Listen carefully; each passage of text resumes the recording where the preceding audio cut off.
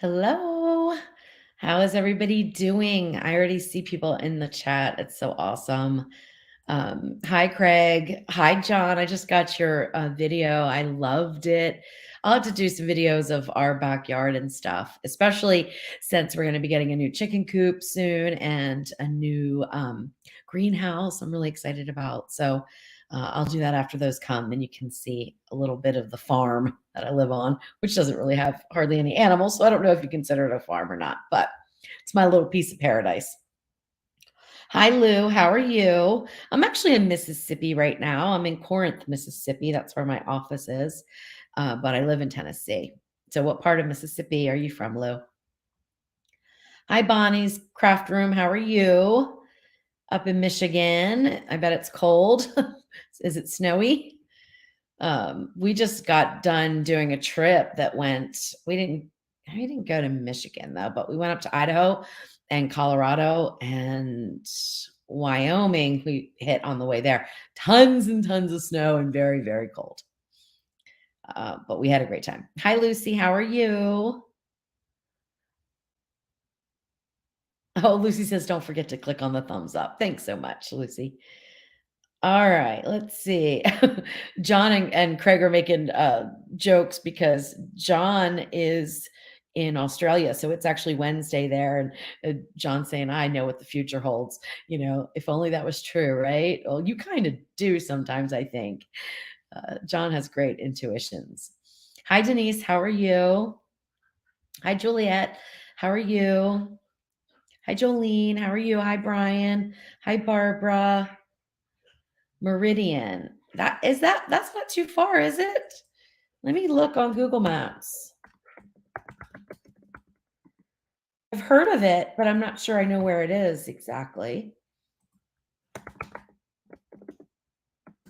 Let me look here.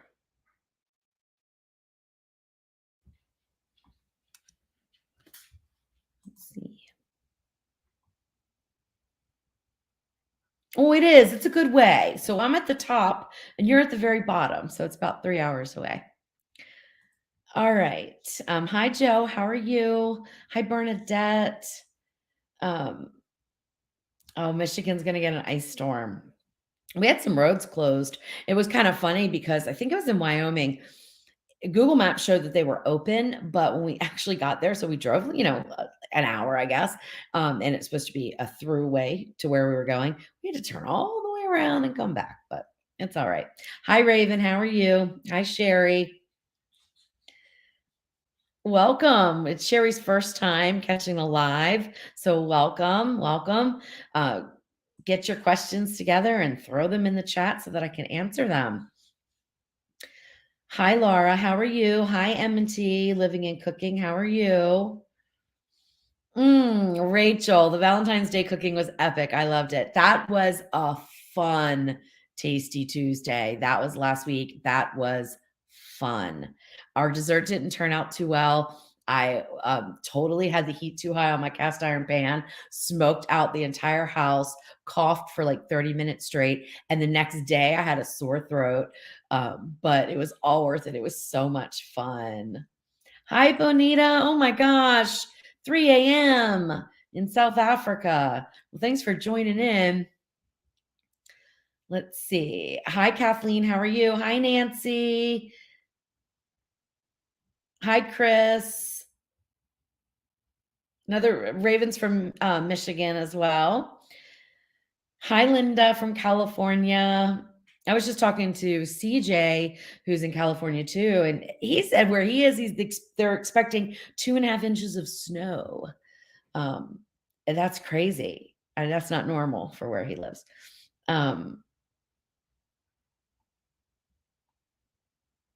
Yeah, Lou saying she's in the middle of, or he or she, I don't know, it could be either. I'm in the middle of the state close to the Alabama line. Yeah, and I'm all the way at the top. So it's like a direct 3 hour drive down. Hi Donna, how are you? Hi Bonnie, how are you? Hi Barbara. Hi Beverly from North Alabama.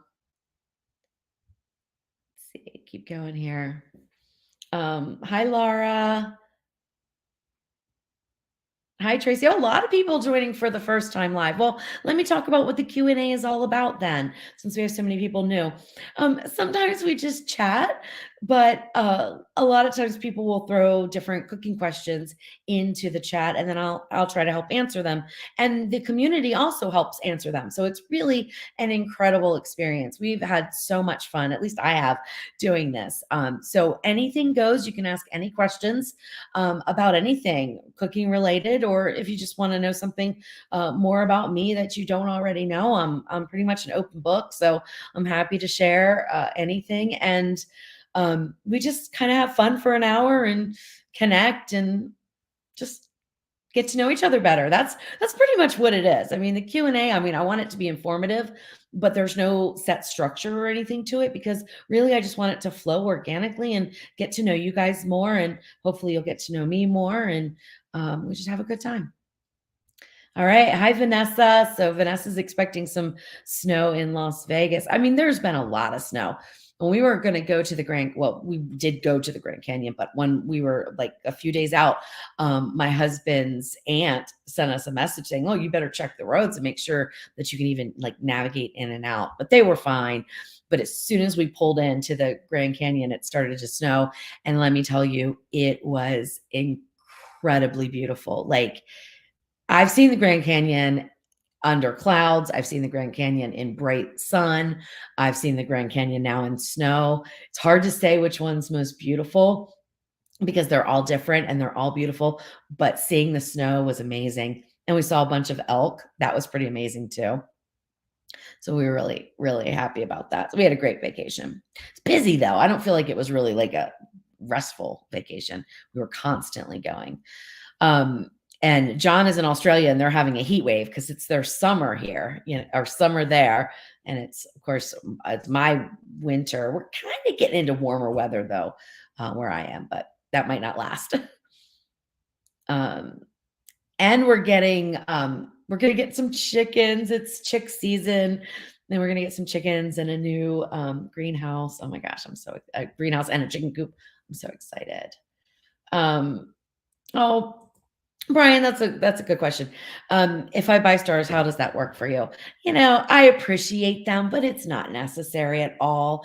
I mean, Facebook, you know, it comes through. They do pay me, but it to me, it's not worth it. Don't spend your money on that. I'd rather you buy something like, you know, my cookbook or something like that, because then you're getting something back in return. So but people do it all the time and I appreciate it. I don't want to say I don't or anything like that.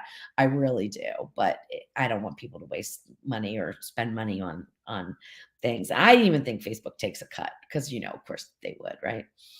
Um, hi Connie, how are you? Hi Gina. Hi Todd. Hi Kim. So, do we have any questions? Um, Vanessa, thank you so much. I enjoy using the foodie too. I mean, I really do. Like, there's no way I'd be able to do these recipes if I didn't enjoy it. One thing, like I was just talking to a friend of mine who's also a food blogger, and I was saying, you know, sometimes it's like a struggle to kind of come up with new concepts, new recipes, because I feel like I've done the gamut. I mean, of course, there's tons of variations of each recipe, and I know I haven't even begun to touch on a lot of them, but um, so now I'm like trying to think, okay, so how can I incorporate some other techniques? And then like for making something like, for example, and if anyone's watching from the UK, which I think the time is pretty late, so maybe not, but if you're watching from the UK, I just made my first home corned brisket for corned beef. And it turned out okay. I have to do it again. It was a little too salty, but that's what I want to do. So now I'm going to be getting into some more things. Lots of bread making. I can't wait for that. I'm going to start a sourdough starter, and I can't wait to share that with you guys because I know a lot of people have interest in making bread and making it in the Ninja Foodie and making it using the steam and crisp options and stuff. So I think that's going to be fun to do. Hi, Trudes. How are you? All right, guys. Well, let's get some questions. Hi, Margaret. How are you? I'm sure somebody's got some questions to ask.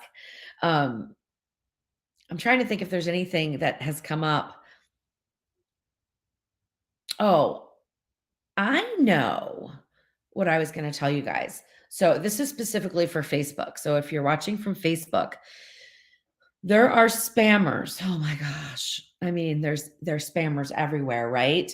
But there are spammers that are putting in my live feed saying, watch Louise's Q&A live here, click here, and it's all spam. They want your email address. So be careful about that. I just blocked 2 of them today. They usually will be like something like live stream 2023 view live, something like that. Watch out because they're terrible. I can't stand these stupid spammers. They drive me bananas. They waste my time. We just found another app, another food blogger and I just found another app on Google Play that had just stolen all of our recipes and all of our pictures, hers more than mine. And we had to have that taken down. So we were doing that the past couple days. It's just crazy. Okay. Todd has a question. How do you calculate recipes for smaller quantities? Sometimes I see a note that the cooking times don't need adjustments, even though the quantities are smaller. Yeah, so it depends on the recipe, and it depends on how the food cooks. So, like, let's take a pot roast, for example. A pot roast, let's say the recipe's for 4 pounds. This is in my head because I just released a recipe for a 4-pound pot roast. But if it's a 4-pound pot roast and you want to cut that down, let's say you have a 2-pound pot roast and you want to cook, and pot roast is not really a cut of meat, but a sirloin tip or chuck roast or whatever, you have half the amount that the recipe calls for. You would decrease your cooking time, but you would decrease it probably not in half. You would probably decrease it about 25%. And that is because, excuse me, the first part of cooking is always slower and then it ramps up when it gets to a certain percentage done. So usually I will go down about 25%. Now, if it's something that you're worried about overcooking, like a pot roast, I wouldn't really be too worried about overcooking it. But if it's something you're worried about overcooking, like pork, then I would cut it in half, but be prepared to have to cook it a little bit longer with either the same method or a different method. Now, when it comes to things like rice and pasta, what's interesting, especially if you're pressure cooking it, if you're cooking it on the stove, the time is basically the same. Once you put it into the boiling water, each piece of pasta is going to cook at the same rate, no matter if you have 1 cup or 2 cups. But when you're pressure cooking, it's actually the opposite. So you have more liquid because you have more pasta, which means more time to pressure. So sometimes, oftentimes, you will actually decrease your time if you're increasing your amounts. And I know that sounds so crazy, but that's how it works. Pressure cooking. Stovetop, not so much. You would use the same time, whether you're using 1 cup of pasta, 4 ounces of pasta, 8 ounces of pasta, a pound of pasta. It's all going to cook in the same time because each individual piece is cooking. Same thing with baked potatoes. Like if you want to make, if the recipe is for 4 baked potatoes and you want to make 1, well, each one of those baked potatoes is going to take the same amount. So for 1 potato, it's going to take the same amount of time as 4 potatoes, taking into consideration that they are all about the same size, because that's what really matters when you're cooking those things. So like pasta's all uniform. If you threw in, I can throw in another wrench to this, but if you threw in like elbow macaroni and let's say rotini, you might have a little trouble getting them cooked perfectly because the elbow macaroni cooks a little bit quicker than the rotini, or like the little bow tie pasta takes a little bit longer just because of their design and how their shape. It just takes a little bit longer to cook. So the famous words, 2 words for almost any cooking question is it depends. Depends on what you're cooking. But when it's a straightforward, thing, like let's say I wanted to make sausage and peppers, okay, in the Ninja Foodie. No rice, no pasta, just sausage and peppers. I would feel very comfortable cutting that recipe in half and cooking for the same amount of time, because most likely the timing is going to be based on cooking the sausage all the way through. And 1 sausage link is going to cook the same as 5 sausage links. Okay. So hopefully that helps and makes a little bit of sense. But it's recipe by recipe. So there is no one formula that fits all, unfortunately. Okay. Oh gosh, we have a question from Nancy she hopes isn't out of line. Okay. Let me read it. I haven't even read it. So, like, we're just going to roll with it. Nancy, if it's out of line, I'll just say, okay, that's out of line. All right. I have a question that I hope is not out of line. On a post I did in one of your groups, we started talking about the high prices of food products and not wanting to waste. This is why we love your recipes as you test, test, and test them.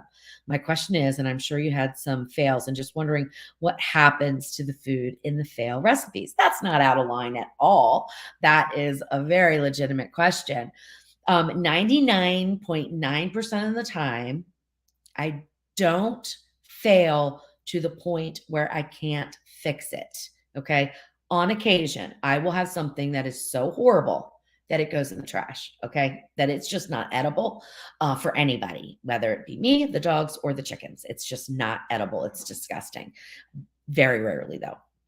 So what happens if I fail with something? That may not be like the test that I can say was a success for that recipe, but I will then turn it into something else so that we can eat it or freeze it for later. Oftentimes, like if it's some kind of a meat and let's say I've overcooked it, I turn it into a soup, right? So I will repurpose things. I don't like to waste anything either, when possible, but occasionally, you just have one of those things that right in the trash. In fact, I just had one the other day. What was it? I can't remember, but it was so gross. And I just threw it away. I was like, this is terrible. I'm not even. And sometimes that will mean the end of a concept, a recipe concept. Like if I don't think that I can really make it outstanding, going from horrible spit out in the trash to outstanding can be a little bit difficult. So if I don't think I can get there within, 5 more tests or whatever, then it just goes on the back burner until maybe my brain thinks a different way. Because a lot of times, like, and this might be interesting for you guys to think about, is that first of all, I'm just a normal person, right? I'm just a normal person who really likes cooking and like sharing that. And I will see recipes that I did 1 year ago, 2 years ago, 3 years ago, and I'll read them and I'll be like, why did I do it that way? I'm thinking now I could do it easier. I could cut out like 2 steps and make it even easier. But that's because that's how my brain is looking at it today. But 2 years ago, it didn't pop into my head. So a lot of times when I get suggestions on YouTube, and people are saying, when they're nice about it, I'm fine with it. Sometimes they're really nasty about it. When they're nasty about it, I'm like, God, don't be so judgmental. I wasn't thinking that. That's a great idea, but I wasn't thinking that. They'll say, I can't believe you did it this way. You should have done it that way. Well, I just wasn't thinking about that at that time. So there's always ways to make improvements in things.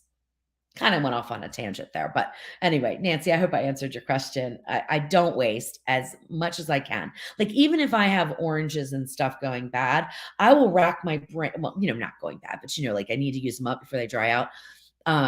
Or do something with them. I will rack my brain thinking about maybe a recipe that I might put out maybe a year from now. Maybe I don't have time to really, get it out and filmed and everything in the next couple weeks, but I will do trial runs. So I've got tons of dehydrated orange peels that were actually supposed to go out for Christmas as decorations. So I had some oranges. They were kind of drying up, and I dehydrated them. They were beautiful.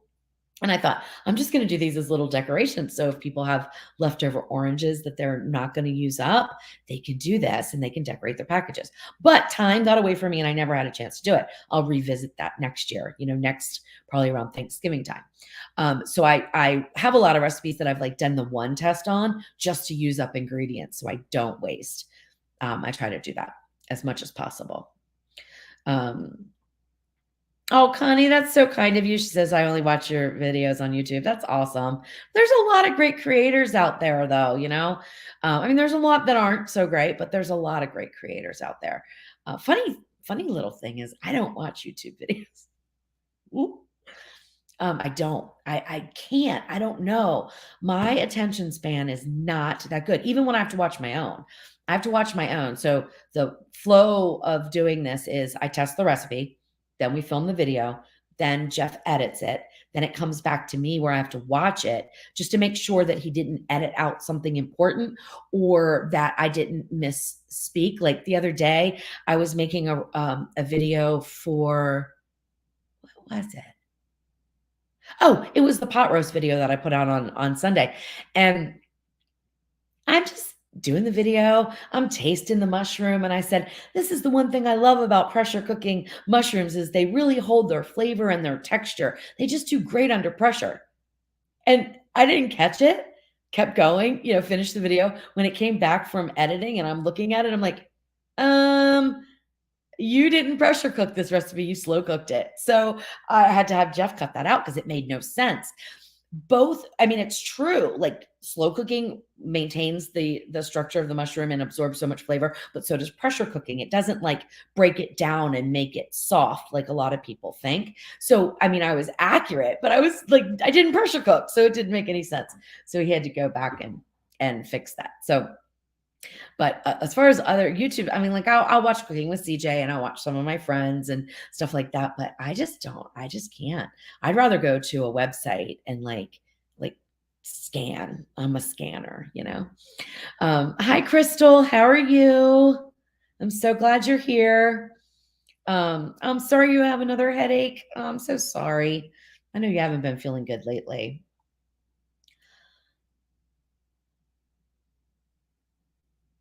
All right. Oh, yeah. Okay. So Bonnie, so I just made one, and Bonnie's talking, I think, about bread, right? And you did it on steam bake, hoping it would rise better, but it didn't. But it tastes delicious. So that's interesting. Like the rising part, I mean, steam bake, which is one of the new features on the OL series, really does help to give lift to bread. So I'm wondering if it isn't proofing enough or if it's overproofed or if just the recipe's off a little bit. I mean, is it too dry? See, a lot of times, like with bread making, and this is why I find it such an interesting topic. Number one, if you have any interest in bread making, like anybody can make bread. It is the simplest thing. And I know so many people say you've got to measure out every ingredient, you've got to make sure it's perfect. No, you don't. As long as you have flour, yeast, salt, water, or substitute the yeast for a sourdough starter, you're good to go. You can go by look and feel of the dough 100%. It is not that fussy. That's what I want to get into because there's something else going on. Now, higher hydration breads rise a little bit differently. So there's different levels of like how much water, so that's the hydration of the bread, you can add in to get different textures of your bread. But they also become more difficult to work with the more water you put in. So anyway, you can tell I love making bread. I've had a lot of fails at bread, but failing at bread just means you have more croutons. I mean, you never really are going to fail where it's going to be horrible. Sometimes I don't have enough salt in the dough, and it's just kind of bland. But you can fix that by using salted butter, or if you want to turn it into croutons, you can just season up the croutons. So there's always a fix to bread. It's one of those things that's amazing. All right, let's see. Liesel, I hope I said that right. I really appreciate that you provide metric weights for us in the UK. I've had a lot of success using your recipes. That's awesome. Yesterday was Pancake Day here in the UK. That's today for us, Shrove Tuesday. Is there a Scotch pancake recipe we could use on the Ninja Grill or Foodie Please? Okay. This is another recipe that I did. I got so far and just sort of like forgot about it. I need to bring it back. I did, trying to think, I think you would call it a Scotch pancake, but there's another word for it. And I can't remember off the top of my head. But it's, oh gosh, a Dutch baby maybe. And I think the Dutch babies might be similar to the Scotch pancake. I'll have to look that up. But I did this Dutch baby for Jeff for his birthday a couple years ago, actually. It turned out amazing in the Ninja Foodie. I mean, amazing. I used a little cast iron pan though, and I'm not sure if I could replicate that without the cast iron pan. And I've been trying not to do too many recipes that require these special pans or anything, because sometimes they're hard to find and sometimes they can be pretty expensive if you don't already have it. So I'm trying to do recipes that just use like the basics, you know. So I'm gonna have to try to do that in the Fat Daddy-O pan and see if it'll conduct enough heat, because you really have to preheat first, right? And then get that pancake batter in there so it works in what would be considered essentially air fryer, even though we're just using bake. We still got that spinning blade and air circulating. So it's a little bit different when you're making a pancake that way. In the grill, it depends on which grill you have, because there's a grill with a griddle that you could definitely make pancakes on. I mean, because it's got the griddle. But making pancakes when you have heat only from below, or I'm sorry, from above, is kind of difficult. You have to really preheat the surface so that the bottom cooks. And then you've got the issue with the fan, which can blow the batter around. So it can get a little bit tricky, especially if you're talking about thin pancakes. Personally, I wouldn't think it's worth it. Just throw your frying pan on the stove and make pancakes that way.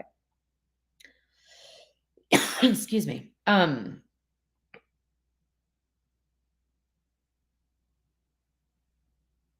All right. Let's see.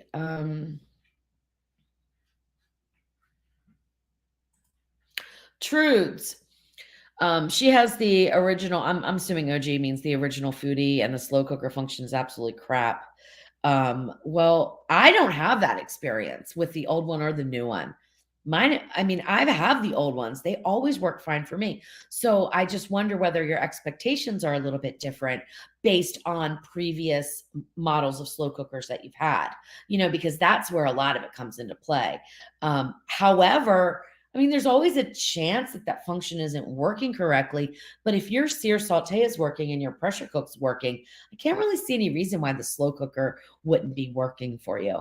And if you want to talk about that in more detail, I'm happy to do it. Just send me an email at Louise at the Salted Pepper, and we can kind of troubleshoot by going through. Like, you can put some water in it, put it on high, and see how high the temperature gets. One thing that I think happens with slow cooking and where people get a little bit um disenchanted or upset's kind of a strong word, but you know, they don't want to use it, is if they're making their liquid too thick and it's not cooking the food in a timely fashion. And that can happen in the Ninja Foodie, not because it's not working, but because of the design of the walls and the material of the walls, and it conducts heat differently than it does in those really thin aluminum, you know, style crock pots or slow cookers. It's just different. But knowing that, you can make adjustments so that your recipes turn out perfectly all the time. And I've had success. The only time I haven't had a good result, and I did a comparison between the Ninja Foodie and another slow cooker brand that I have, is when I was trying to make Flanken style short ribs. The Ninja Foodie on high, I was doing them both on high, just did not seem to render the fat out as much as the other one. And that just has to do with the heat conduction more than anything. So what do? I go to pressure cook. Now I pressure cook them. And I'm going to be having a recipe coming out for those in the near future, because I just started really testing it. And oh my gosh, they are the best short ribs. So flanken style short ribs are different than like big thick short ribs that a lot of us are used to. The flanken style, sometimes they even refer to them as Korean short ribs, and they're used a lot in Korean barbecue. But oh my gosh, they are so good when they're cooked right. They're delicious. Um, Okay. KG has a question. Did you just recently get the Speedi? Ours is arriving tomorrow. I've been watching YouTube videos, but I didn't think you had any. I got the Speedi a while ago, but I haven't had a lot of time to use it, and I've had more fails than successes. And so I'm just trying to like figure out the nuances of it. But I think possibly I have a video coming out on Sunday. I didn't. So I filmed a video for Ninja Speedi yogurt, because it's the one function that they don't have on the machine. So I wanted to provide an alternative because they don't have a yogurt button, which I was kind of surprised about. Um, So I did a video, so I used a different function to do the yogurt, and I did a video on it, but I didn't wanna release that video until I did, like, an overall kind of a when I say review, I don't more of demonstration, more an explanation. I'm not reviewing it, like, to say I love it or don't love it because, it doesn't matter if I love it or not. I still wanna show people how to use it because I have a group on Facebook for the Ninja Speedy, and even if it turns out that I personally don't like it, it's not my appliance of choice, there are thousands of people who absolutely love it and have great success with it. So I'm debating whether or not to put out the Speedy yogurt video before I get to film the actual overall. And I'm not quite ready to film the overall because I haven't done enough testing with it. And I really want to get just a little bit better handle on the speedy meal function, and is it different from steam bake? And I can say though that you can do anything in the OL 701 or 601 or 501 Ninja Foodies that you can do in the Ninja Speedy. It's just going to take a little bit longer in some cases because the Speedy is very compact. So people will look at it and be like, "That's not compact; it's huge." But it is smaller. I think it's 6 quarts, and the design of it's just a little bit different. It's shorter, so the air and the heat is just more intense in there. So things do get done really fast, but you have to know how to layer your ingredients. Hey, Lois, how to layer your ingredients, how much liquid to use if you want it to be all gone at the end of your speedy meal or your steam bake. So there's a little bit of a learning curve. People in my group, though, they are making things like crazy in it, and I mean good looking stuff. So, and I think Cooking with CJ's got some videos on it as well. Let's see. Hi, Maria. How are you? Bernadette's asking, how do I like the Speedy? I think I just answered that, so I don't think I need to go on that. I like it. I want to like it more. Okay. My go-to is still the pressure cooker air crisper, like no matter what. It still is. I mean, I use the oven mostly for dehydrating or larger things that you can't fit in the foodie, like a casserole or something or a sheet pan meal. That's the Ninja Foodie oven, or I'll use my own oven, my wall oven. Um, I use the grill for bacon mostly. I love the way bacon turns out in it. And then I use the Ninja Foodie for everything else. I took it on vacation. I made beef stew in it, and I made not spaghetti, chili in it while we were on vacation. And that came in handy because we stayed in some places where there was nothing around. You get a little grocery store, but nothing else. Okay. All right. Wayne says, I want to do sous vide, but I don't know time or temp. Okay. Can you steer me of where to start? Thanks. Well, sous vide cooking, the time and temp is going to depend on what you're cooking. So what I would recommend is just look up whatever you're cooking. So if you're cooking a filet mignon, okay, then just Google sous vide filet mignon and something will come up. Maybe read a few of them to see what the timings are. With sous vide cooking, there's not one set thing. It's always going to depend. There's also safety issues, like with chicken. Sous vide, you can cook at a low temperature, like 135, but you have to do it for a certain period of time to make sure that it's safe to eat, that you've killed all if there's any salmonella present, that you've killed it all. So I would definitely start with Google. I think there's a ton of great information out there on sous vide cooking. There are some nuances with Ninja Foodie and the sous vide cooking, but for most recipes, you're just going to follow the times and temps that they say. The one thing to know is that you need to have a thermometer to check your water when you're using the Ninja Foodie or any sous vide circulator, even for the first couple times you use it, because you want to make sure it's working properly. I have found that the one lid model does really well. Heats up fairly quickly, comes to within 5 degrees before it says add food. So that works great. The one lid model that has vents in the lid, I find that takes a lot longer to come up to temperature, but once it does, it will hold it. So, like, I just did something on this the other day. Did I release it? Oh, yeah, creme brulee. So, like, I did sous vide creme brulee in it, and I have that video out and I have that recipe on my website. And it took from like when you put the lid down and you hit sous vide, you hit your time and temperature, it preheats. Well, within like, I don't know, 5 or 10 minutes, it says add food. And I know that 14 cups of water did not heat up to 181 degrees or 180 degrees that quickly. So I did a temperature, and it was like what at 140 something. So you do need to watch that. Now, what I do is I just let it go until it comes up to the 181 for the creme brulee, or 180, I'm sorry, for the creme brulee.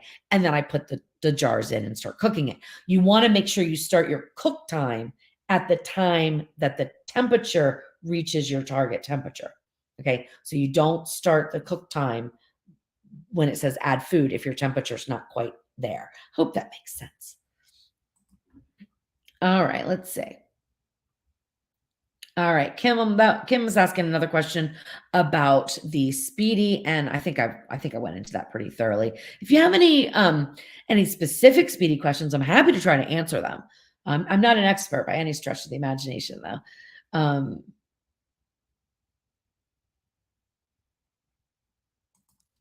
Oh, Toy, that's so awesome. This channel introduced me to pressure cooking, and I did it every night for a month straight. For the first time, I had straight A dinners every single night. That's awesome.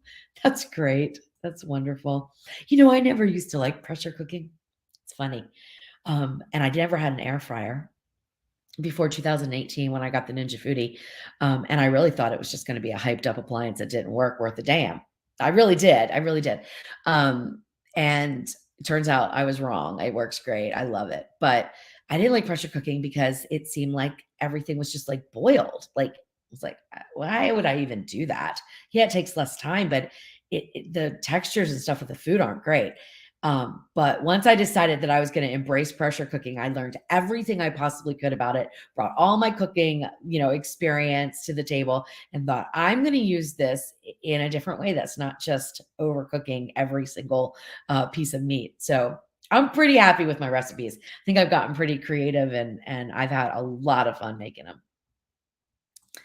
All right, Maria says, I'm going to try to make Greek style stuffed grape leaves in the Ninja Foodie. Oh my gosh, I want to make those too. I don't have any tips. I've never made them, but I bought the grape leaves a long time ago. They're in a jar. I don't even know if they're still good. I want to make those. I love them. Jeff doesn't like them. When Jeff doesn't like something, Jeff's my husband, for those of you who don't know. When Jeff doesn't like something, it's very difficult for me to do a recipe because, like we eat the food that I'm testing. We don't, it's not like I'm just throwing it away. So when he doesn't like something, I've got too much of it, but I want to make them so bad. I, you know, I just don't even have any tips for you because I've never made them. I don't even know. Like, I would think that you just make the filling and the grape leaves, unless mine are in a jar already done, already cooked, already ready to go. So I think then you just wrap them, and then of course they've got the oil and stuff on them. But I guess it's just a rice filling, but I don't really know. I don't really know because I've never looked them up. Sorry.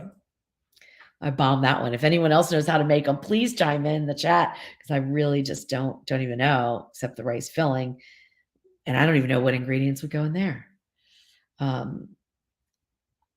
Bye, Beverly. All right, John. John always does this. He puts me on the spot. All right, Louise, for our new members, can you explain the difference between immediate release, natural release, and why and when we would use them, and also how this affects cooking time? Okay, that's a good question. So the difference between immediate release and natural release, and there's actually one other one that's like timed release or delayed release. Immediate release is when the cooking time is up and you move the valve from seal to vent and you let the steam out. Natural release is when you do nothing and nothing comes out of the pot. People sometimes expect to see steam coming out. You're still a sealed pot. What's happening, nothing's releasing. So it's kind of a misnomer. Nothing's releasing. What's happening is the contents of the pot are cooling down. As it cools, the steam, which is caused by the heat, that's what pressurizes our pot is steam. When it starts to cool down, it turns back into liquid form. So it goes back into the foodie, and then it's not putting up that upward pressure, and it releases the pin, and then you can open the lid.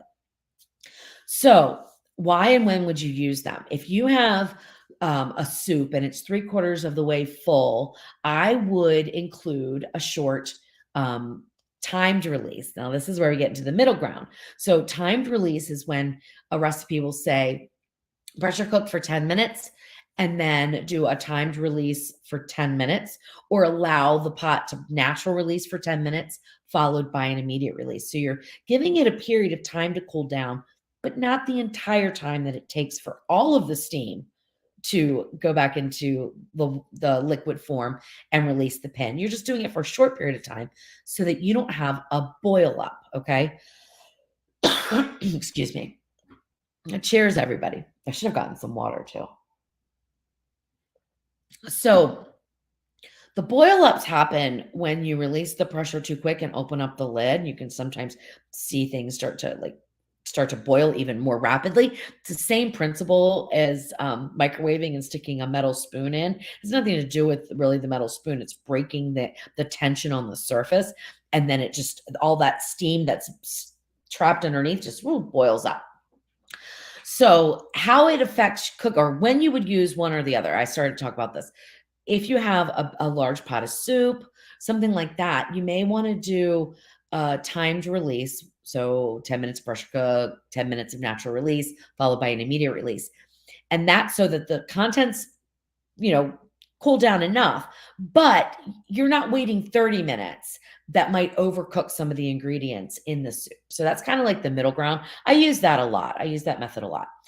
Full natural releases come into play when, like, you're making something like bone broth, okay? You just want to let it do a full natural release. It's just going to help develop the flavors. It's going to trap in any steam that would go out. It's going to turn back into liquid, go back into your bone broth. So I do a natural release for that. But you could do it. You could do it a 10-minute, 15-minute natural release followed by an immediate release. Lean meats are like the number one time that I would recommend doing a full natural release if they are out of the liquid. So if they are on the rack above the liquid and it's a lean cut of meat, chicken breast, pork loin, pork tenderloin, things like that, do a full natural release so that you don't suck out the moisture from the meat and dry it out.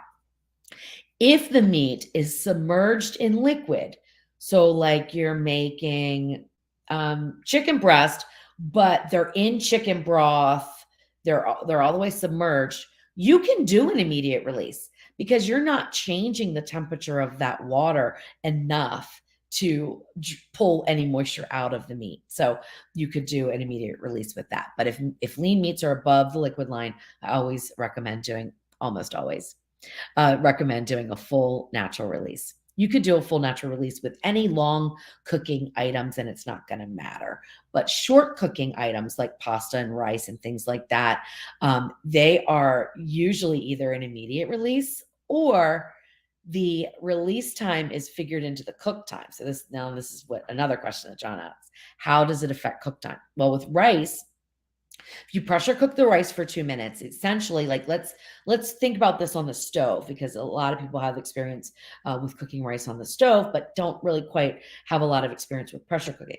So pressure cooking is not much different from stovetop cooking. We can just reach higher temperatures because we are locking in that steam, which is creating the pressure. And our temperatures can get hotter in there without boiling and no evaporation. On the stove, we have that evaporation because you can only take water up to 212 degrees at sea level on the stove.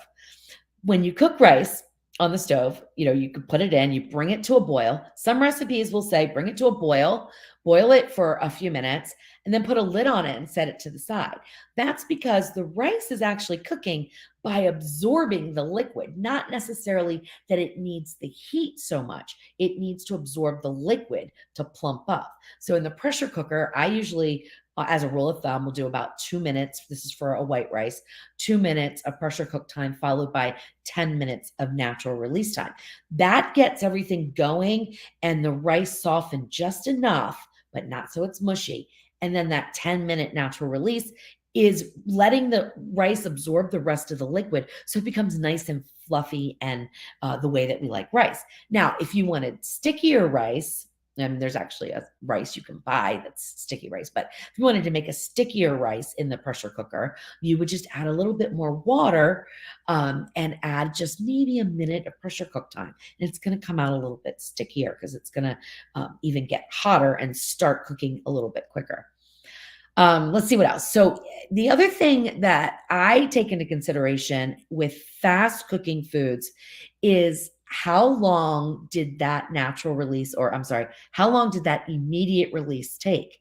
Because if you've done a lot of pressure cooking and you've done a lot of different types of pressure cooking, you know, when you flip that switch from sealed to vent, it can be anywhere from 2 minutes to 8-10 minutes that it's releasing the steam. Depends on how much liquid is in the pot, how much, what contents are in the pot. So it varies. So when I'm testing a recipe, that's one of the things that I jot down is how long it took to release that pressure when I did an immediate release. Then I can, if it's overcooked, then I can back down on the pressure cook time a little bit. The way that I think of this is the time to pressure, all of its cook time to pressure, pressure cook, and release time, whether it's immediate, whether it's natural, it's all cook time. Because your food just doesn't stop cooking just because you turn off, the stove. There's still residual heat. We're still cooking. So the way I think of it is the time to pressure is the ramp up time. So it's cooking the food at a lower temperature. Like let's say it would be an equivalent to like medium high on your stovetop burner. When we get into pressure cooker, it's like the pressure cook time is like cooking 1.5 times on high on your stove. Okay, so it's cooking at higher rates, so it's faster. And then your release time is ramping down, but it's still cooking. So I factor all of them in. And another thing that I will always say is undercook rather than overcook anytime you're trying something for the first time. All right, John, that was a mouthful. Now, do you have anything to add or anything I missed? Because I might.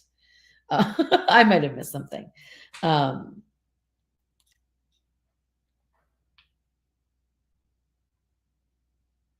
So, Dee, this is interesting. Okay, corned beef is actually Irish. Got to stick up for my country.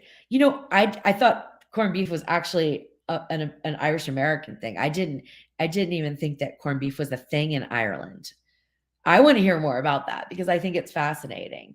My family's half Irish. My dad's mom is Irish. She was born in Ireland, and my great grandmother too. But I thought I've heard that like corned beef is not a thing, and they don't eat it on St. Patrick's Day. That's something that Irish immigrants, started doing here in the U.S. So yeah, fill us in on that. I want to know. Okay, let's see. Thank you, Brian. Brian says, I do like your content. I just got the Ninja Foodie about a month ago and you've been a lifesaver. That's awesome. I'm so glad.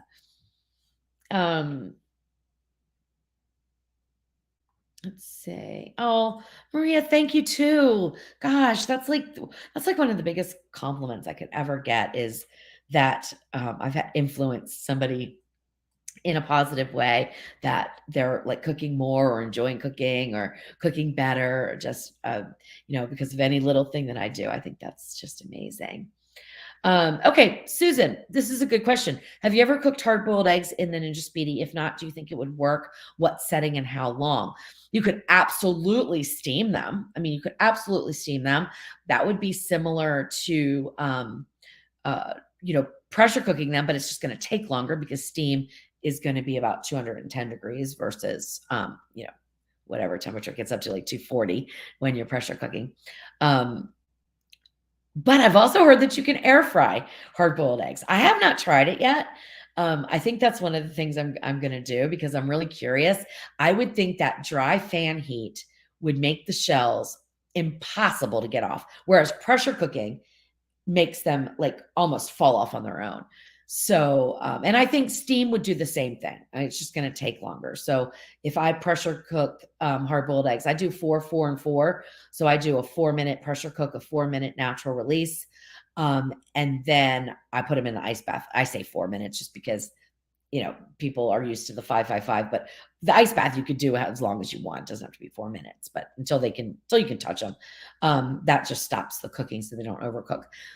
But I would think that they're probably going to take, I'm going to guess 12 minutes on steam to hard boil. That's just my guess. I haven't done it yet. But I'm getting new chickens and they're going to be laying a lot of eggs. So I think you'll see a lot of eggs come fall because I'll have a ton with the price of eggs these days. Oh my gosh, it's crazy. All right. Yeah. So KG says was just watching CJ and his wife's Q&A. Well, CJ and I had just jumped off of a call and I told him, I said, I'm going to set up for my live and then I'm going to jump on the live Q&A on his wife's new channel. She's hilarious, but it's way different. So I'm going to warn anybody, if you don't like cussing, it's not a channel to watch, but she is hysterical. It's called, I'm not going to say it out loud, but it's the BITC Baker. Okay. Funny, funny, funny. I mean, she's very, very fun to watch. And as soon as I jumped on to say hi to them, they were saying goodbye. So I didn't get a chance. Okay. All right. Aaron, you didn't do anything wrong. First of all, let me back that up. You did not do anything wrong. Louise, I just made your chili, but it was watery. Could you tell me what I did wrong? You did nothing wrong. I'm going to say it again. You did nothing wrong. And I don't think my recipe's flawed because so many people have success with it. But what I think, because I've made it and it was too watery, and I think I actually cut down the recipe. I cut down about a year ago. I took the water levels, the liquid levels down, the beef stock that I put in.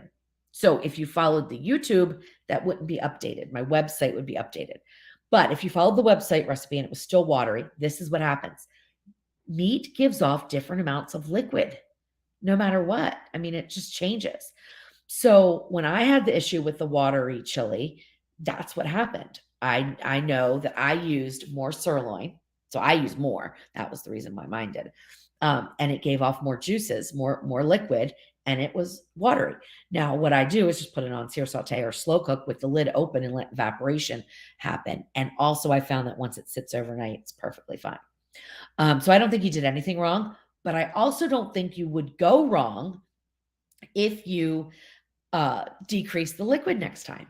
Next time you make it, I think now I call for 2 cups, maybe decrease to 1.5 cups, see how it goes. I don't think with that recipe, you're going to have any trouble getting the water notice or anything because my memory serves me correctly. You thicken it, either you put the tomato paste on top or you thicken it afterwards. The other thing I will tell you about the chili recipe, and I did not change this because I didn't want to get too confusing for people, but the other thing that I noticed is that you can, or not noticed, I've learned, you can put the beans in and the 10 minutes of pressure cook time is not going to overcook them. The reason why I left the beans out, they were canned beans. The reason why I left them out when I made the recipe is because I was afraid they were going to overcook and fall apart, but they don't. So you can add them in beforehand. Oh, Bonnie's talking about her bread again. Nope, not too dry. It's a different kind of recipe. No yeast. Yeah, that's a totally different kind of recipe when it doesn't have any yeast in it. I have a recipe for a no yeast bread, but they are denser and they're more like a quick bread. Okay. So a quick bread would be like your banana bread, your zucchini bread, your corn bread, things like that. They are leavened by corn, not corn. They're leavened by baking powder or baking soda or a combination. They're not leavened by yeast. So it's a different kind of rise. I'm not sure steam would be a friend there. Really. I'm not sure. But it could just be a recipe that needs to be tweaked a little bit. And if it was mine, let me know. Okay, let's see. Okay. So Sherry was talking about the slow cooker again. I don't use the slow cooker on the foodie. I've heard others say that it's not as good as a regular crock pot. Am I doing something wrong, or is that feature just not as good? Okay. Well, uh, and this is going to kind of come across sounding, um, I don't even know how to say it without it's kind of sounds rude when I'm thinking about it in my head, but I don't mean it that way. But if you don't use it, then you're not doing anything wrong. You're just not using it. But if you've used it and you've had bad results, then let's talk about what those results were and what you were cooking. And then we can kind of try to figure out what happened. But listening to what other people have said and then not doing something, I don't think is a good enough reason not to try it. I mean, I guess if people say don't jump off a cliff, I'd say like, yeah, okay, I'm not going to do that because that makes sense. But I think the slow cooker works great. And I see it a ton in my groups that people don't like it, that they've used it and they don't like it and it doesn't work. So I think it's expectations, it's what you're used to, and a little bit of understanding the way food cooks. Like, is your liquid getting too thick, too quickly? That can impede cooking. The Ninja Foodi, in my experience with the slow cooker, takes a little bit longer to ramp up. But once it ramps up, it's like going to the races. It does its thing perfectly. And it has less evaporation. So the food actually turns out better, in my opinion, and my experience with cooking with both. I hated using my crock pot. So there you go. I hated using the crock pot. I love using the slow cooker on the Ninja Foodi. If people love using their crock pot, they might not like using the slow cook on um, the Ninja Foodi because it's different. But that doesn't mean it doesn't work. It's just different. But Sherry, I'm happy to get into this in detail with you so that we could kind of try to problem solve. If you haven't used it yet, then see if there's a recipe of mine that you would be interested in and give it a try and see what you think. I mean, it cooked pork, I think it was pork tenderloin that I used in like what? I think my recipe's for 30 minutes, but it was actually cooked in like 20 minutes on slow cook. It was fast and it was delicious. It locked in all the moisture. Yeah, I love it. Um, okay, let's see. Okay, Mary, this is a good question. What is the difference with air crisp and air fry? Nothing. They're just words. They mean the same thing. Okay, they're air frying, and air frying is really just convection cooking in a smaller space so that there's more concentrated heat, not as much escapes as in a bigger oven. So it's just a smaller thing. So it's nothing magical or anything, but it does work pretty well. So air crisp and air fry, Ninja uses them interchangeably now. They started off with air crisp, they moved to air fry because I think people were getting confused if it was different. It's not different. Tender crisp is different. Tender crisp is a term that Ninja uses to talk about food that is pressure cooked and then crisped. That's tender crisp. So tenderized with pressure and then crisp with the air fry lid. Um, and then what should I have used on ribs and why? Well, okay, so it depends. So number one, there's a whole bunch of different kinds of ribs. So I'm gonna go with pork ribs for this one, instead of beef ribs or short ribs or something like that, which is a different style of beef rib. We'll go with pork ribs. So pork ribs, low and slow does the best for pork ribs because you need to have it. You need to give it enough time for the connective tissue and stuff to break down to really tenderize that meat.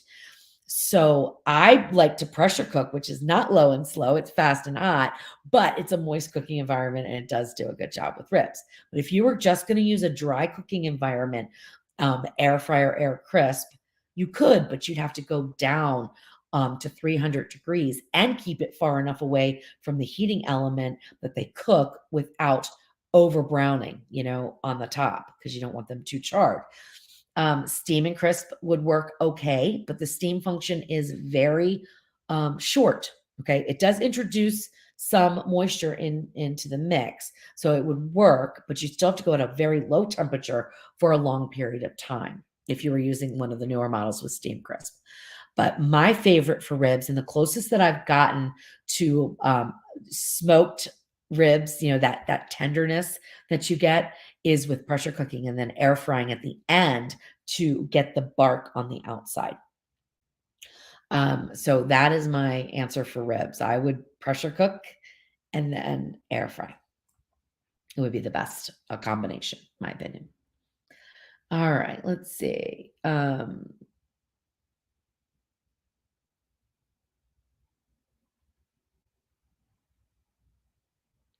Okay, so Mary, I think I didn't even see this question as a follow up, but I think I just touched on that without even realizing that you had put that question in. Um, okay, this is a good question. Todd says, you've posted on everything from brulee to beef stew and even the biscuits to sop it up with. Is there any dish you will not even attempt in the Ninja? Attempt? Probably not. Because it's got all the cooking methods that I need. So there's probably nothing that I would not attempt, but there are some that would be a waste of time, in my opinion. Like, I might even attempt pancakes just because I'm that kind of person. I just want to see how it would work if I could, somehow get, I don't know, pancakes done. But I don't think it's going to be easier than using a griddle or something on the stove. Um, I don't think there's anything I wouldn't try to make. There's got to be something that would work better that I just wouldn't even that I don't think would turn out as well in the Ninja Foodie as it would in the in the oven or on the stove. I'm gonna have to think about that. That's a really good question, but I don't not much. I'll tell you, not much. Um, yeah, that's a good question though. Oh, Robin, I'm so glad you like the Salisbury steak. Jeff just took the leftovers to work. So leftovers. Now, this is an old recipe, so don't think that we had those in the fridge the whole time. We didn't. They were in the freezer, but I took them out and thawed them, and he took them for dinner tonight. I love them, and I didn't think I would. I didn't think I would, but I love them. I love the texture of the burger too. I just think it's incredible. Um, I'm sorry, I was seeing this little thing pop up on my screen, and it was almost like volume, but I looked a little closer, it was Wi-Fi. All right, Connie says, when doing a roast in my regular slow cooker, I use the Mississippi pot roast recipe. I put it in frozen and no liquid and cook overnight. Would I be able to do the same thing in the Ninja Foodie? Absolutely.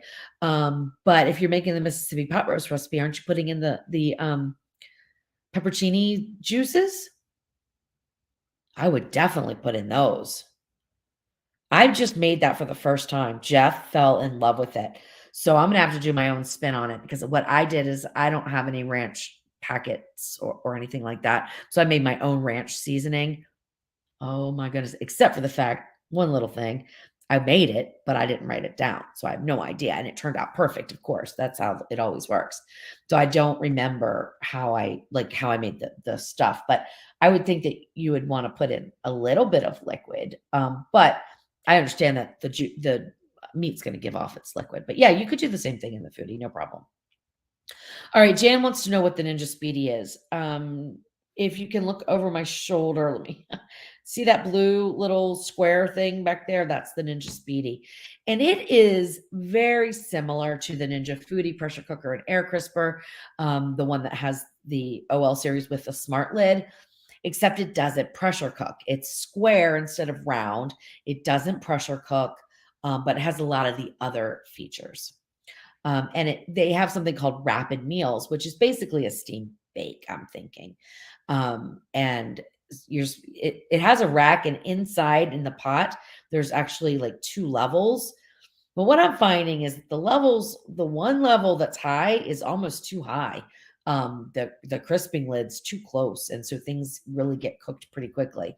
Um, The idea behind it, I think, is that you could put your pasta, rice, or grain down in the bottom and then put your rack on and put your protein on top, chicken or even fish, but you'd have to really play with the time so you don't overcook it. And then you can use moist heat to cook what's in the bottom and dry heat to cook what's on top. I think that's the premise. It's a nice little thing. It's just not something that I don't know. I I don't wanna say I don't like it because I don't think I have had enough experience with it.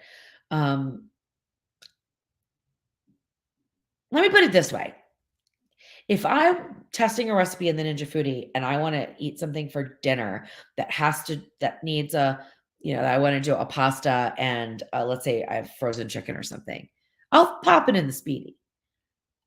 But 75% of the time, I need to do some tweak to it to make it better, okay? Um, so I'll use it. I like it. I think it's good for smaller things, like maybe if you're cooking for less than 4 people, I think it's pretty decent, but I think there's a learning curve to it. I think people in my groups also make better recipes in it than I have so far, so you might wanna join the Facebook group and see what they're doing because, I mean, there are some people in there, it's amazing what they're cooking. It's amazing.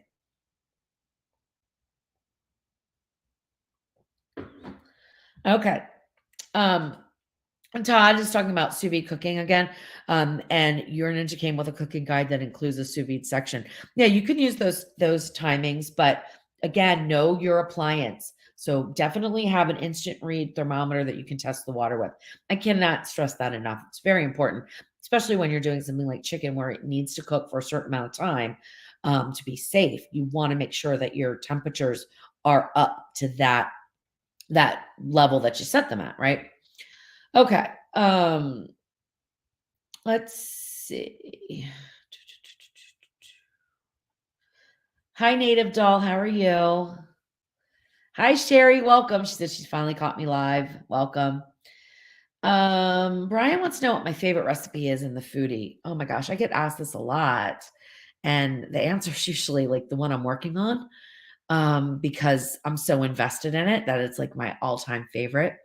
But I have to say, of all the recipes that I've tested lately, um, which would be creme brulee, the pot roast that I just released, um, air fryer pizza I'm working on, and the Korean style barbecue flanking short ribs.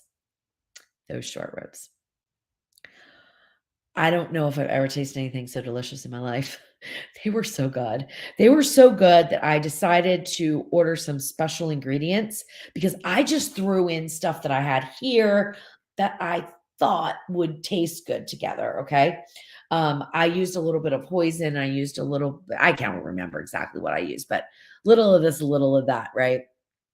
And then they were so good, I was like, "Oh my gosh, I'm gonna have to see if I can get the actual, yeah, Korean ingredients and see if I can even make this better." I'm gonna take out the hoisin because I thought they were a little too sweet, but oh my gosh, they are so good. So I think that's my favorite.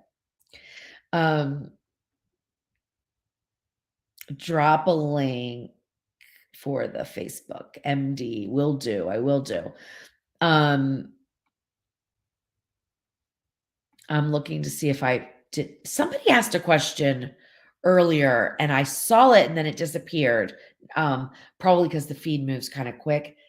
But for the love of God, I can't remember what it was.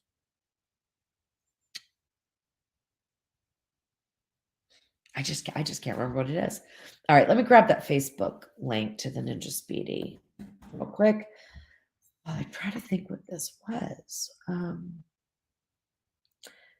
It is just like not coming to me at all. Okay, here we go. Yeah, that's the one. All right, now I gotta get back to where I'm supposed to be. Okay. All right, so there, I'm gonna drop that in right there. Okay. All right, so I just put in the link for the Facebook group for the Ninja Speedy if you guys are interested in just checking out what they're doing. All right, let's see.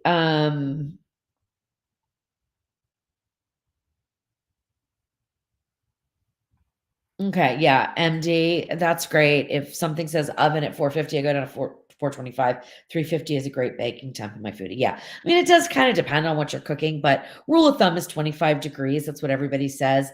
I tend to go down more with certain things, especially baked goods.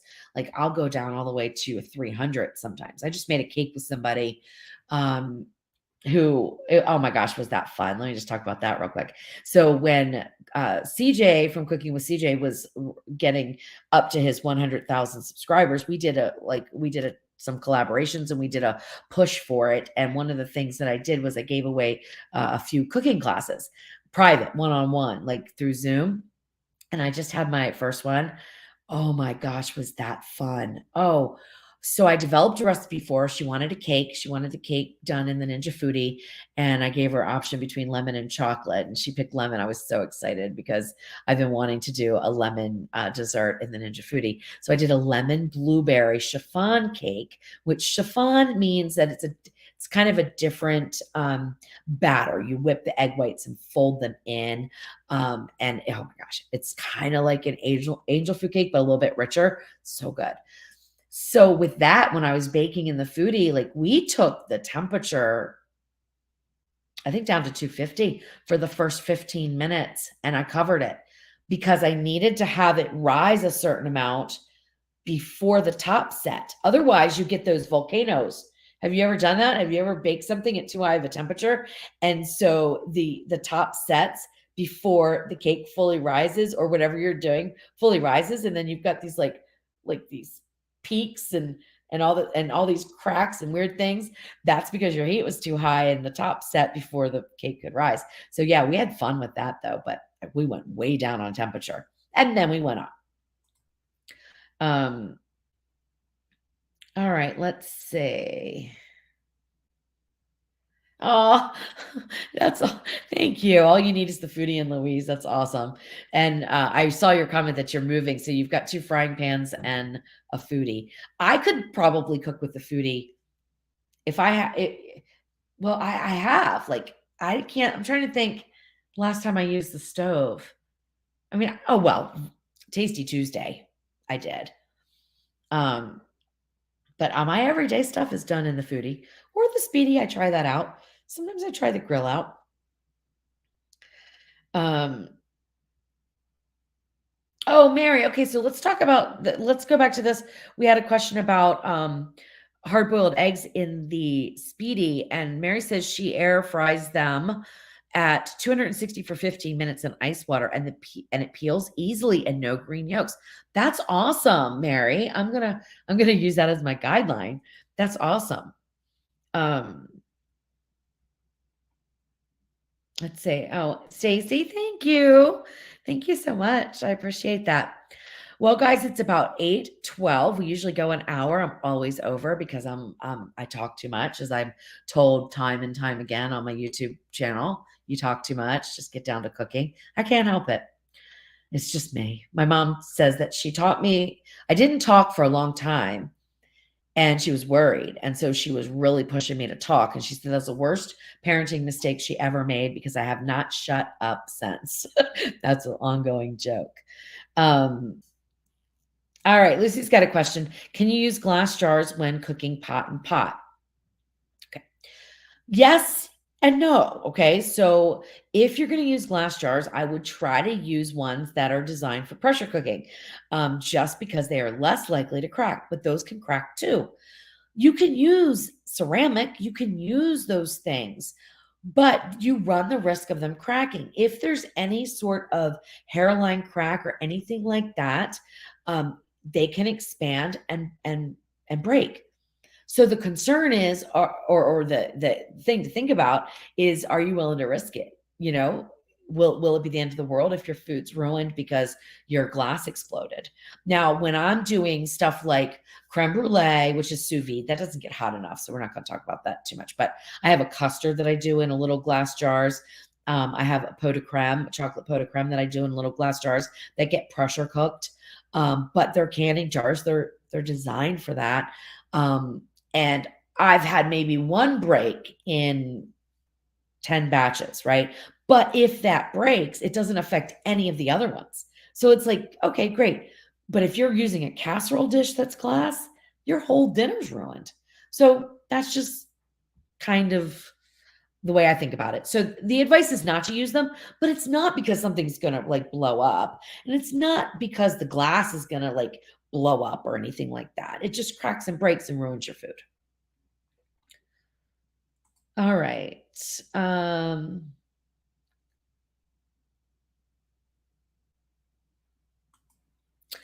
oh, Bill, I'm glad the fettuccine Alfredo with the spinach and the shrimp.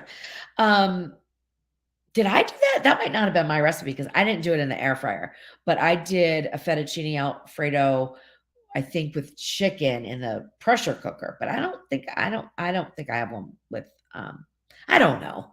I have so many recipes. I don't know. But I'm glad you enjoyed it, whoever's recipe it was. Um a quick and easy sauce that goes with everything. There is not something that goes with everything in my mind. Um some of my favorite sauces that I think go with a lot of things are I love peanut sauce, but see, that's not going to go with everything. But I love peanut sauce, and that is so easy to make. I love my homemade marinara, which I think goes with a lot of stuff. Um, I mean, I use it for everything, like from pizza sauce to dipping sauce. Love it. I love my honey mustard sauce. So, but there's not one sauce that goes with everything. I can't think of one anyway. Because there's just so many different everythings, right? There's so many different flavor profiles that I can't think of one. I think my lips are like getting stained from this wine. This is only like half of a glass. I can see a little purple. So yeah, I wish I had an answer. Does anybody else have an answer for that? Like, what is a quick and easy sauce that you put on everything? Okay. Um, I can't think of one because I use different sauces for different things. I can't think of one. But if you guys know, throw it in the chat. What sauce do you put on everything? I mean, a lot of people like ranch, right? They like ranch for everything. I don't. I'm not even a fan of ranch. I will make it homemade and I like it sort of. Like with certain things. I like it, but it's not my go-to. Thousand Island is for salad dressing is like my go-to. Okay, Thousand Island is a really good sauce for like a lot of things and more than just salad because it's great on sandwiches and burgers and all that kind of stuff. But I wouldn't dip chicken in it. I would dip chicken in honey mustard or barbecue, right? So I don't have an answer. Um John, thank you so much. I appreciate all the kind words, and I really enjoyed your email and definitely your video of your, I guess the back and the front of the house. I think I saw the front of the house, right? So love that. I want to see a koala bear, John. Okay, so that's what I want. I know you sent me pictures. I think last year. I want some up close and personal koala bear action. All right. Um, all right. Let's see. Okay, Bill's talking about the fettuccine and it was a pressure cooker. Okay, gotcha. Um, Jolene, is the marinara sauce done with the blender? Yes. I do it with the hot and cold blender, but honestly, I've made it on the stove. I've blended it up and made it on the stove too. I mean, it's you can make it all kinds of ways. I mean, it's easy too because it's a can of fire roasted tomatoes and some fresh garlic and a few herbs. And I put a little bit of sugar in there, which is optional, but I like to balance that acid. And I put some red pepper flakes in. So I've got like the perfect balance of a little sweet, little spicy, and then a little acidic. I love it. Um, Oh, you know what? White sauce. Now, Alabama white sauce, which I have a recipe for that too. That's great on chicken. Oh my gosh. What else? It's not good on pork though, but oh my gosh, it's great on beef. Oh, you can have the best beef sandwiches, like whether it's pot roast or pulled beef. But what I like to do is make roast beef, slice it really, really thin, and then put the white sauce on. Oh my gosh, that's amazing. Thanks for reminding me about that white sauce. Oh gosh. Um, Oh, yeah, D, good answers there. I wasn't thinking that type of a sauce for some reason. Immediately, I went to, like, cold dipping sauces and barbecue sauces. That's where my brain went. But yeah, true, mushroom cream sauce, a beurre blanc, sauce, yeah, that would go with a lot of things. I mean, you could start off with a basic roux and then make your sauce accompany what you're cooking pretty easily. I didn't think about that. Oh, Lucy, good one. That's a good one. Italian dressing. Now, Italian dressing, yeah, on chicken and pork, that goes really well. So yeah, see all these things I wasn't thinking of. I agree, Jolene, that the sauce depends on the cut of meat. But these are some really good options. Really good options. Hi, Trisha. I didn't see you in the chat earlier. You are most welcome, my dear. You are most welcome. Thank you for all the years that you've been following me. I appreciate that. That's why I can keep doing what I'm doing because you guys are so supportive and so loving. And oh my gosh, it's just amazing. Mary, what is Western dressing? Do tell. We need details. I don't know what Western dressing is. Please share that. I dip chicken in sour cream and chive sauce. Oh yeah, that's good. Sour cream and chive sauce. Love that. That's the back of the house. Okay. Um, and John's saying that's the back of the house and he'll do his best for the koala. Ooh. Yep. I'm excited. Okay. Oh, hollandaise sauce, Nancy. That's a good one. Um, okay. And so, yeah, before I say it's not fast and easy, actually, hollandaise sauce is kind of easy to make even without a packet. But if you like the packet, that's perfect. And it whips up in the microwave. Very interesting. Yeah, hollandaise sauce. That's good. Yeah. Wow. Um, oh, Sherry, thank you so much. I appreciate it. I appreciate it so much. And good night to you. We're going to be wrapping this up here soon. Um, Elias, I do have a video and I have a recipe on Alabama white sauce. So you don't need to watch the video really. It's so super easy, but I do have a video on it. But it's, I don't know, like 4 or 5 ingredients, you whisk them together, you're done. It's mayonnaise based. It's got great flavor. Oh my gosh, it's amazing. Um, okay, Bill likes buffalo sauce made with tiger sauce. All right.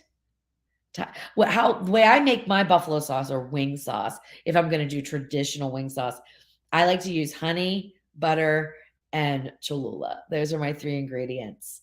And I think it's equal parts Cholula, butter, and half as much honey. So I can make as little or as much as I want.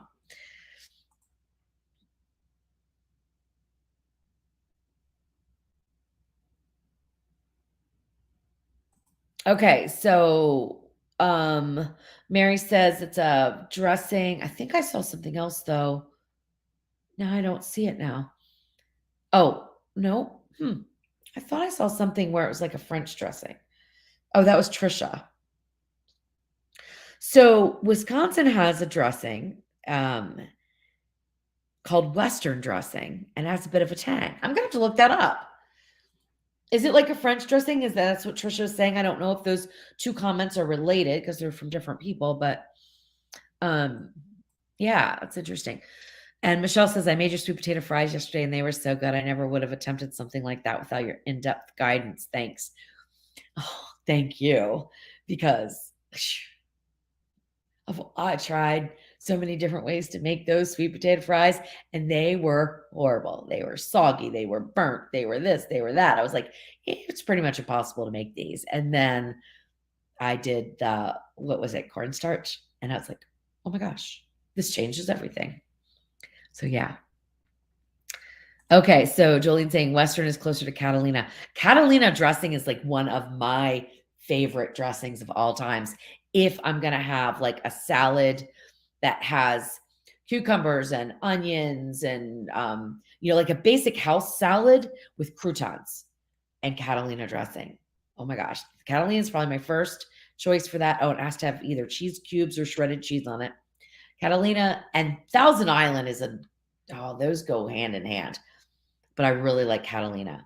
But if I'm going to do a different kind of a salad, like I pick my dressing based on the salad. That's just, based on the ingredients in the salad. Um,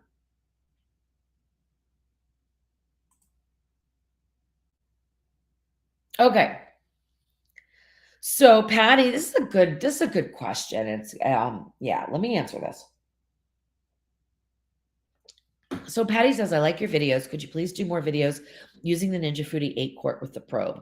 I bought one because I like your videos, but I need help using the different settings and how to use them. The settings are exactly the same, except for the probe settings. And you are right.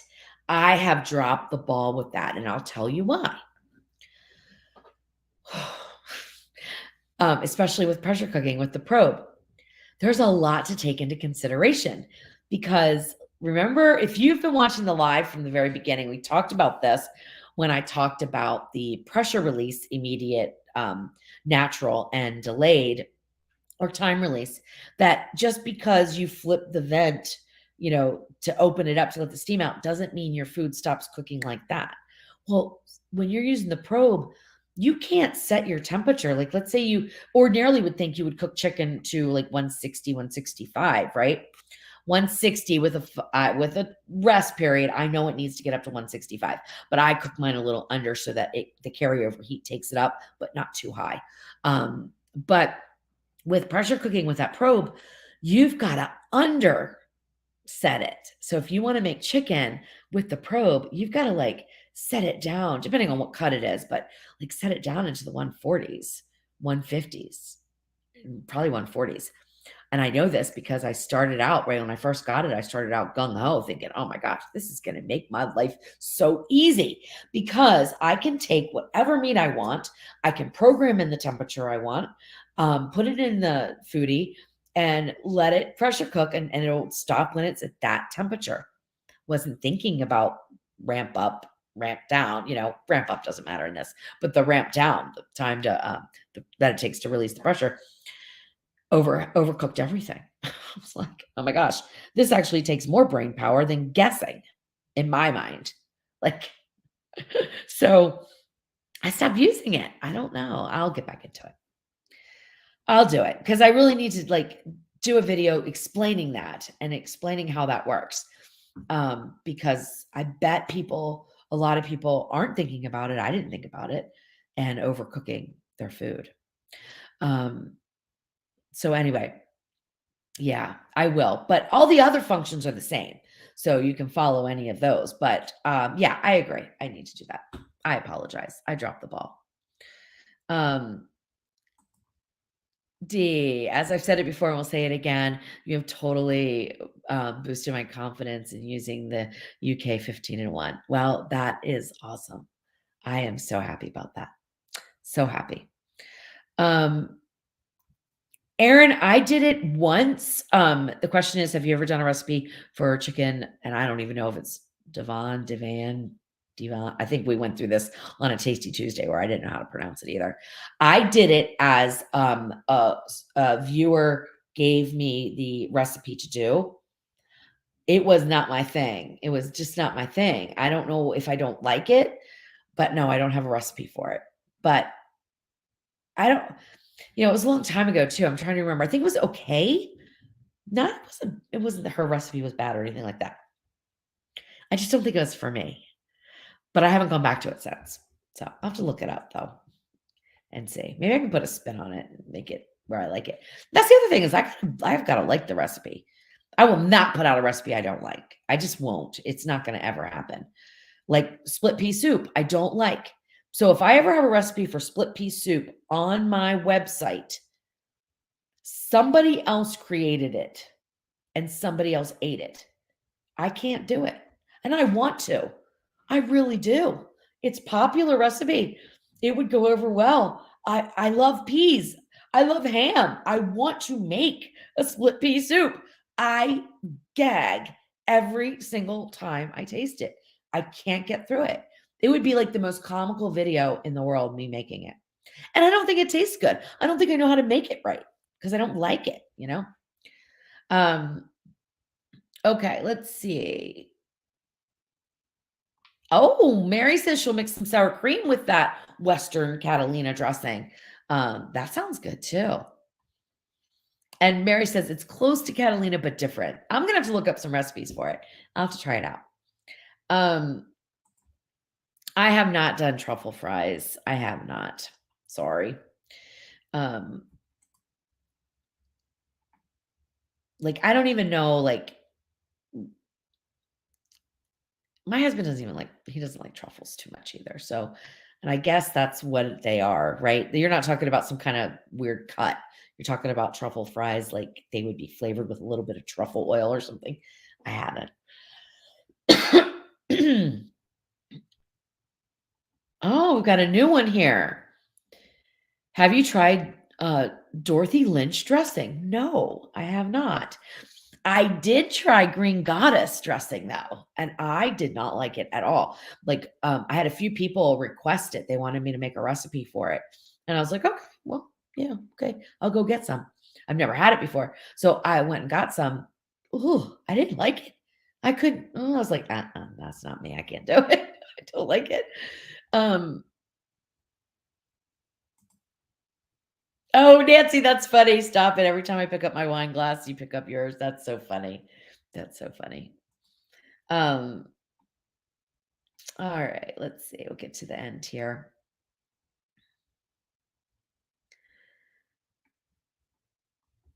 Any pickle juice lovers? I love pickle juice.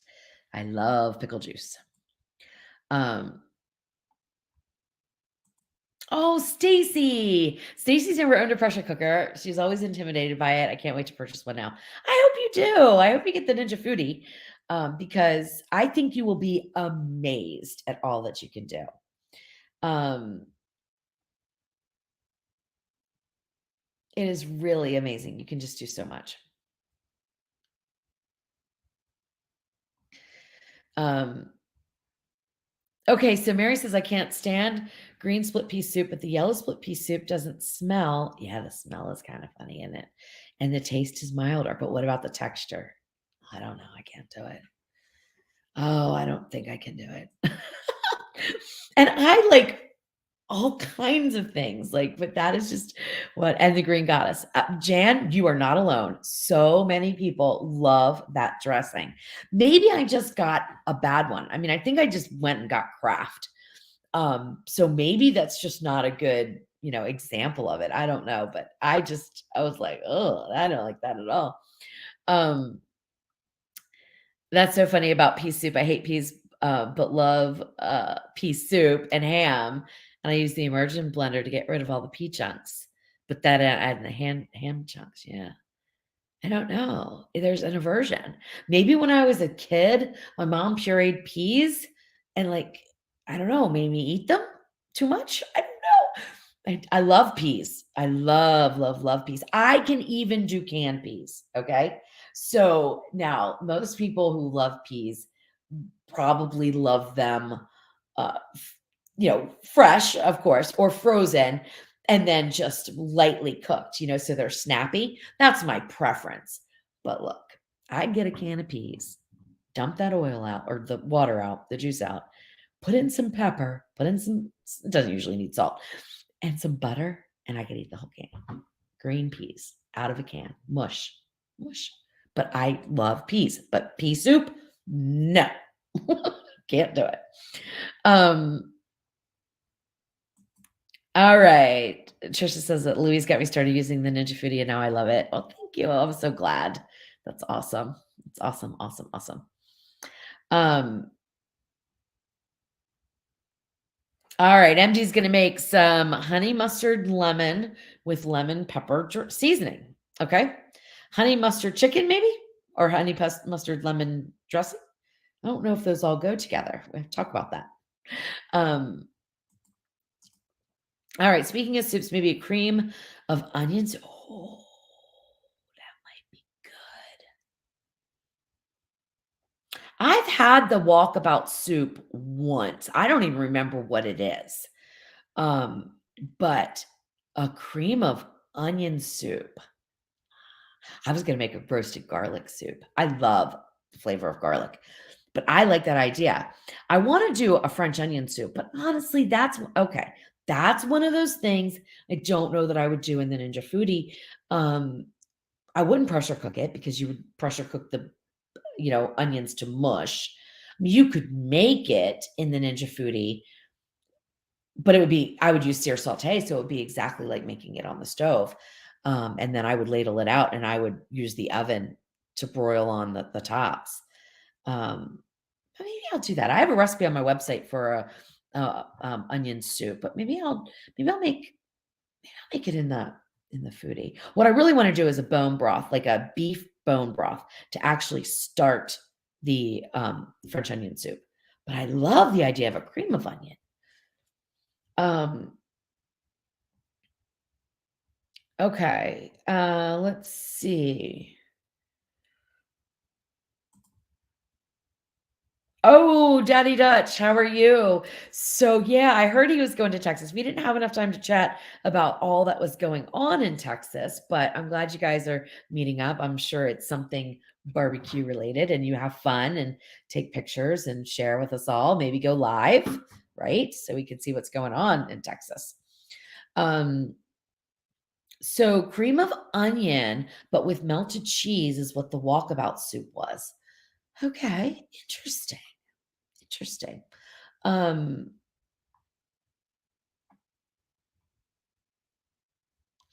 let's see. That's awesome. This and that says I purchased the Ninja Foodie hot and cold blender and it's made such a difference in my life. Oh, that's awesome. That's awesome. I love that blender. People love it or don't love it. It's kind of hard to find, I hear now. I love it. Good night, John. Good day, John. It's time for lunch over there in Australia. Um, I could slow cook the French onion soup in the foodie, Nancy, but I really like to get those onions caramelized. And then after that, there's really no need to really slow cook. I guess you could, but there's not really a need that I can think of. Because then you just put in the flavorful broth and pretty much done. I mean, it's pretty easy. Um, okay, cool. Houston Rodeo Cook-Off. Oh, that sounds fun. Did we talk about this already? I thought I was on vacation, or that was something else you guys did. I don't know. So there's a little tidbit of information that you guys might not know about me, but I owned a barbecue restaurant. So like I went to competitions and competed in making barbecue, smoked barbecue. Um, and I loved it, but I love what I do now more, but I really love it. Hey, Skip, how are you? Good to see you. We are doing well. Jeff's at work right now. I see Kathy's traveling all over. I've got to catch up with her. Please give her my love next time you talk to her. And also, good job on those flowers that you sent her. I thought that was amazing. Okay, Larry. Hi, Larry. Um, can I bake a cake? How can I bake a cake in the Speedy? Okay, so Larry asked this like last Tasty Tuesday, and I said, let's get into it in the Q&A. And so, how do you bake a cake in the Speedy? I don't know because I haven't done it. But look, I'm kidding. I haven't done it, but this is what I would do. I would treat it the same way as I do the foodie. It's smaller, it's going to bake quicker, but I would, depending on what it is, what kind of cake. Like if you're talking about a basic cake, you could use steam bake.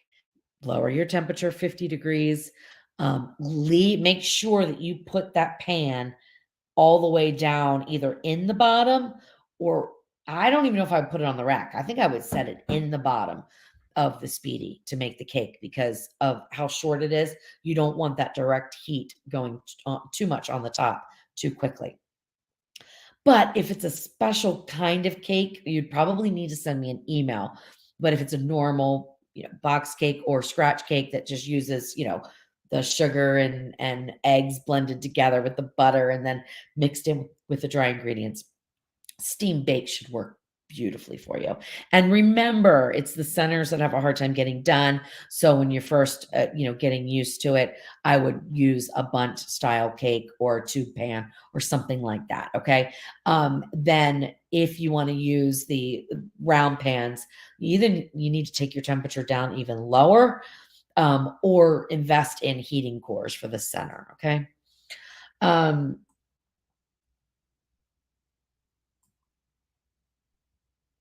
Let's see. Louise, try a thinner piece soup. It's delicious and the texture thing is gone. Okay. I don't know if I can. Maybe I could try. I'll have to see if Jeff likes it. Maybe I'll have Jeff create the recipe, right? See if he'll eat it. Um,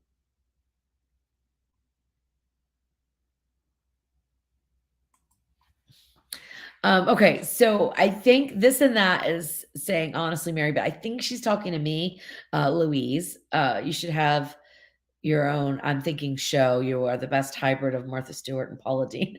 Oh, that's so sweet. I like what I'm doing now. I don't answer to anybody but you guys, right? So if my recipe sucks, I answer to you, which thankfully that doesn't happen. Um, or I don't have very many negative reviews anyway. But if I do, I take them serious and I look into it. But usually it's user error or just a preference thing, usually. Um, but sometimes I have, well, I don't know if I have, because by the time I put it out, it's well tested, so I know it works. Um, but yeah, I just like what I'm doing now. I answer to you guys. I do what I want. It's not corporate. I love it. You know, I'm not paid by anybody except for you guys. I love it. And of course, through the ads and stuff, but you guys go to the website, watch the YouTube videos. So I consider that you guys pay me and I work for you. And I love that. No stress. And I film when I want. That's another thing. Like you have a show or you have something like that, you do it when they want you to do it. And you know what? I'm not always in the mood.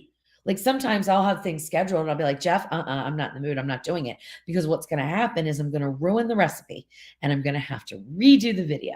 And it's happened where I push myself to do it and I don't feel like it. It doesn't work out well. Hi, Dorothy. How are you? Good to see you. We are just wrapping up here. I'm like an hour and 45 minutes and I can't stop talking. I can't stop interacting with you guys. It's really terrible. I have an addiction to talking to you guys on Tuesdays. Okay. Dorothy says, did anyone purchase the Ninja Double Oven yet? If so, what are your initial impressions? I don't have it, Dorothy. I can't help. Maybe I'm reading another comment that's funny. I'll put it up. Maybe somebody else in the chat. I don't have it. I would assume, I don't know. I don't want to assume anything. That's not fair. I'm sorry. I can't help. Maybe somebody else can, though. MD says, hey, at the Salt and Pepper, if you get arrested while doing a live, you will become famous. Yeah, I bet so. Oh my gosh, that would be hysterical. That would be horrible. That would be horrible. Like, even if it was a joke, it wouldn't be funny. I would freak out. Like, if the police came to the door and like took me away right now, like for what, Oh my gosh, I would freak out. Okay, Louise, a while back you had something up about putting frozen steak in the air fryer. I can't remember the temp or the time. I can't either, but I can find it.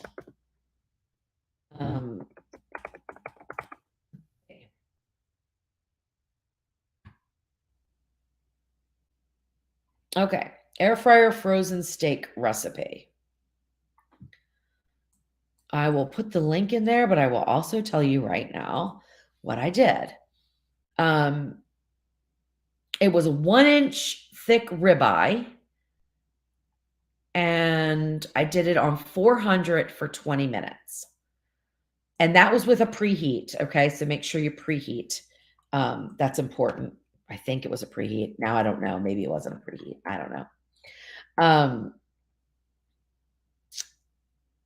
All right. Okay, guys. Any more questions? burning a burning a chicken leg. Oh my gosh. Somebody asked me today if I kill my chickens. And the answer is no, I don't. But I thought about it. Not that sounds terrible too. I thought about killing them. No. Like I thought about raising them for meat, but I don't think I could. I don't think I could. I'm not a vegetarian or anything like that, but I just I get so attached to them. I love them. Like I call them my girls. I love them. I decorate their outside of their coop. I love them. I bake them cakes sometimes, which I haven't done in a while. I need to do it again. But anyway, random thoughts, right? Random thoughts.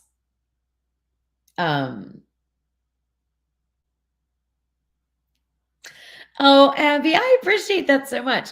I tell everyone who mentions that they're thinking of getting an air fryer to get a Ninja Foodie and watch the Salt and Pepper on YouTube. That's awesome. They must think I'm on commission. Well, join the club. Everybody thinks I'm on commission with Ninja, but I'm not. I'm not. I never have been. Never have been paid one dime from Ninja, and I don't plan on it. That's just a thing for me. I want to be honest about everything, and I don't want to. I don't want to deal with any big corporations. I like it the way it is because I can say what I want. If something doesn't work, it doesn't work. Which I think you can, even when you have a relationship with Ninja, you can. I know creators who do and have said that things aren't good, but I don't know. I always feel when they're paying you, it's like, oh, you got to do something else. All right, guys. Yeah, Jeff's at work. Skip. He doesn't usually do the Q&As with me. He does Tasty Tuesdays with me. We had a blast on Valentine's Day. I don't know if you were able to see it or not. Oh, Lucy, you want my Facebook page? Okay. Let's see. How do I get to my Facebook page? I've got to switch here. Okay, let me get to that. I think it's like Facebook / the Salted Pepper, but let me find it. All right. So I have a lot of groups on Facebook, but let me figure out where I can go. Somebody's digging my phone. Okay. So there is my main business Facebook page that you can find me on. And I don't post a whole lot, but I try to get better about posting and stuff and sharing more things. I just forget. And then, she's saying, no, everyone needs to share their Facebook page. They may not be on Facebook. A lot of people aren't on Facebook, So anyway, my Facebook page is out there if you want to come over and you can, click the little, I don't know if follow. I don't know what they have now. They change it all the time. So you could do that. And I also have a recipe sharing group that not everybody knows about yet. I started it, kind of funny story. I started it because somebody else created a group called the Salted Pepper, and they even had a picture of me at first. So they were pretending to be me, and they weren't me. And some people that follow me were joining this group, and I was like, oh my gosh, this is not me. This is a scam. So I was advised to create the Salted Pepper official group, and it's a group, not my page. It's a public group though, and it's all for recipe sharing of any kind of recipe sharing. So it's not for questions. It's not for, it's not Ninja Foodie specific. It's about, it could be recipe questions. That's okay. But it's not just for specific Ninja Foodie because we've got all those groups already. This one's mainly focused, or I'm hoping totally focused on sharing recipes that you make or love. So anyway, you can join that too. You can just go on and search a group called the Salted Pepper. All right, guys, I am going to hang up here. So hang up like we're on a phone call. I'm going to click the end button here so I've got to drive home. That's why you can see I had hardly any mind because I got to drive home. I got to get my dogs fed and stuff like that. So I am going to say goodnight now. Thanks, everybody. I appreciate you guys so much. We had a great turnout tonight and some amazing comments. And I just absolutely, as always, love you guys so much. And remember, when I'm looking, and I don't look like I'm looking at the camera, it's because the little camera's up there. But when I see my picture, I'm actually looking through there and I envision you guys out there. So that's how I get through doing lives and stuff. I just think that you're there with me. So I'm not always looking up, and that annoys some people. So I like to mention it now and again. All right. Love you guys.